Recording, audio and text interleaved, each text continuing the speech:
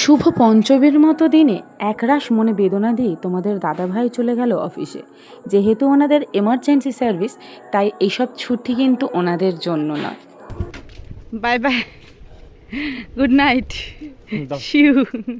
যতই হোক বাবা অফিসে চলে গিয়েছে বলে কথা, বাবার দায়িত্ব তো মাকে পালন করতেই হবে। তাই ছোট্ট সোনার একটা ছোট্ট হাত ধরে গুটি গুটি পায়ে বেরিয়ে পড়লাম প্যান্ডেলের উদ্দেশ্যে। অনেক রকম প্যান্ডেল দেখেছিলাম, তার মধ্যে কিন্তু কিছু সেরা প্যান্ডেল আমার পছন্দের মধ্যে তোমাদের সাথে শেয়ার করলাম।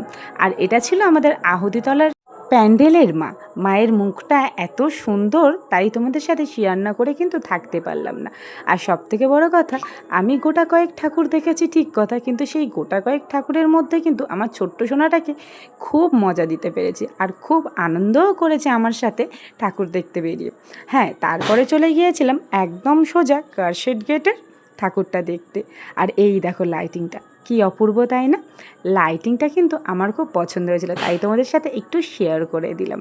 দুর্গাপুজো মানেই কিন্তু লাইটিং, খাওয়া দাওয়া, ফুচকা, রোল, চাউমিন, এদিক ঘুরতে যাওয়া ওদিক ঘুরতে যাওয়া, রাত জেগে নাইট ওপেনিং, বাবা মায়ের সাথে ঘুরতে যাওয়া, এটা করা ওটা করা, বাচ্চাদেরকে ঘুরিয়ে ঘুরিয়ে দেখা, উফ, শেষই হয় না। এই 4টে দিন কিন্তু আমরা খুব খুব মজা করে থাকি। তাই আমিও কিন্তু আমার ছেলেটাকে নিয়ে এই মজাটারই একটা উপভোগ দেওয়ার জন্য বেরিয়ে পড়েছিলাম। আর এটা ছিল কিন্তু আমাদের কারশেডের ঠাকুর। কারশেডের এবারে থিম ছিল বন্য দেবতা। তো বন্য দেবতারই এত সুন্দর একটা মানে থিম করেছিল, আমার সত্যিই খুব ভালো লেগেছে। আর সবথেকে ভালো লেগেছে আমার ছোট্ট সোনার। এই দেখো, প্রজাপতি, ফুল, গাছপালা, ব্যাঙের ছাতা, ও তো প্রত্যেকটা জিনিস দেখছিল আর প্রশ্ন করছিল, মা এটা কি, মা ওটা কি, মা সেটা কি। আমারও কিন্তু ওকে নিয়ে বেরিয়ে খুব ভালো লেগেছিল। আর এই যে কারশেড গেটের ঠাকুরটা, উফ, কি সুন্দর, তাই না? তোমাদের কিন্তু কেমন লাগলো অবশ্যই জানিও। তারপরে চলে গিয়েছিলাম কামরাবাদ বয়েজ স্কুলে। এখানের থিমটা ছিল একদম শিক্ষামূলক, তাই এই থিমটা কিন্তু আমার ছেলেকে দেখাতেই হতো। দেখো, আমরা পড়াশুনো শিখিয়ে বাচ্চাকে তো সফলতার চূড়ায় পৌঁছে দিই, তারপর তাকে কি আমরা সামাজিক আর সামাজিকতা বোধ এইভাবে এগুলো কি ওদের মধ্যে তৈরি করতে পারি? না, আমরা কিন্তু কখনোই পারি না। কারণ আমরা সন্তানকে মানুষ করার চক্করে এতটা পরিমাণেই সমাজ থেকে, মানবিকতা বোধ থেকে দূরে রাখি, শুধুমাত্র বইয়ের পাতায় তাদেরকে মুখ গুঁজে রাখি। তাতে দাঁড়িয়ে আগামী দিনে কিন্তু আমাদের জন্য খুব একটা সুন্দর ভবিষ্যৎ নয়। কারণ তারা না সামাজিকতা শিখছে, না মানবিকতার বোধ শিখছে। পড়াশুনো অবশ্যই দরকার, তার সাথে সামাজিকতা ও মানবিকতা বোধটাও কিন্তু দরকার। যাই হোক, আমার কিন্তু ওই থিমটাও খুব ভালো লেগেছে, তোমরাও কিন্তু অবশ্যই দেখো। হ্যাঁ, তারপরে ছেলের একটু চিকেন রোল আর আইসক্রিম না হলে চলে, আর সাথে কিন্তু একটা বেলুনও ছিল। এইগুলো ছিল আমার ছোট্ট সোনার বায়না। তো এইগুলোকে খাওয়ানোর পর আর আমি তোমাদের সাথে শেয়ার করতে করতে বাড়ির উদ্দেশ্যে কিন্তু পাড়ি দিয়েছিলাম। এবার তো বাড়িতে ফিরতে হবে, অনেক রাত হলো।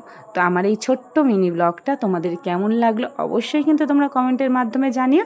তো আপাতত শুভরাত্রি। আমার ছোট্ট সোনার আইসক্রিম খাওয়া দেখতে দেখতে কিন্তু আজকের মিনি ব্লগটাকে কমপ্লিট করলাম।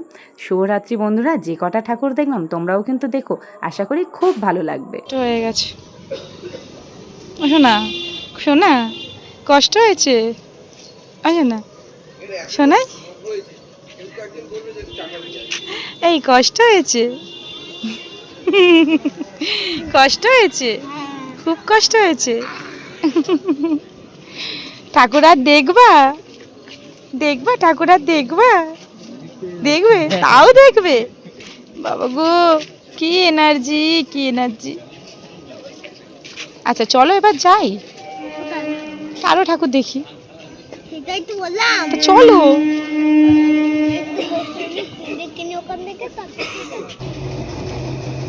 ফাইনালি বাড়িতে চলে এলাম, আর এখন বাজে অলরেডি 11টা, আর বাড়িতে ঢুকে গেছি 10টা, ওই 10-15 নাগাদ। তো মায়ের কাছে খাওয়া দাওয়া করে একেবারে চলে এলাম। জাস্ট এবার হাত পা ধুবো, ফ্রেশ হব, ছেলেকে চেঞ্জ করাবো, নিজে চেঞ্জ করব, করে শুয়ে পড়বো। কালকে ষষ্ঠী আছে, তো না আর খাওয়াবো না। তো কালকে ষষ্ঠী আছে, ইচ্ছা আছে ষষ্ঠীটা করার। একটা প্রবলেমের জন্য ষষ্ঠীটা করতে পারবো না ভেবেছিলাম মেবি, তো এখন মনে হয় না সেটা আর কি হবে কিছু, সেটা প্রবলেমটা শর্ট আউট হয়ে গেছে মনে হচ্ছে। তো যাই হোক, কালকে দেখা যায় কাল কী হয়।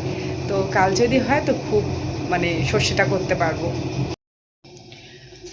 তো এত আওয়াজ হচ্ছে যে ফ্যানটাকে বন্ধ করে আবারও ক্যামেরার সামনে আসতে বাধ্য হলাম। তো আজকের মানে তার উপরে তোমাদের দাদাভাইও তো ফোন করেছিল, তোমাদের দাদাভাইয়ের সাথে কথা বলছিল আমি বাড়িতে ফিরেছি কিনা, বা বাবু কিছু খাবে কিনা, বা কী কী খেয়েছে না খেয়েছে সেই সম্বন্ধে জিজ্ঞাসা করছিল।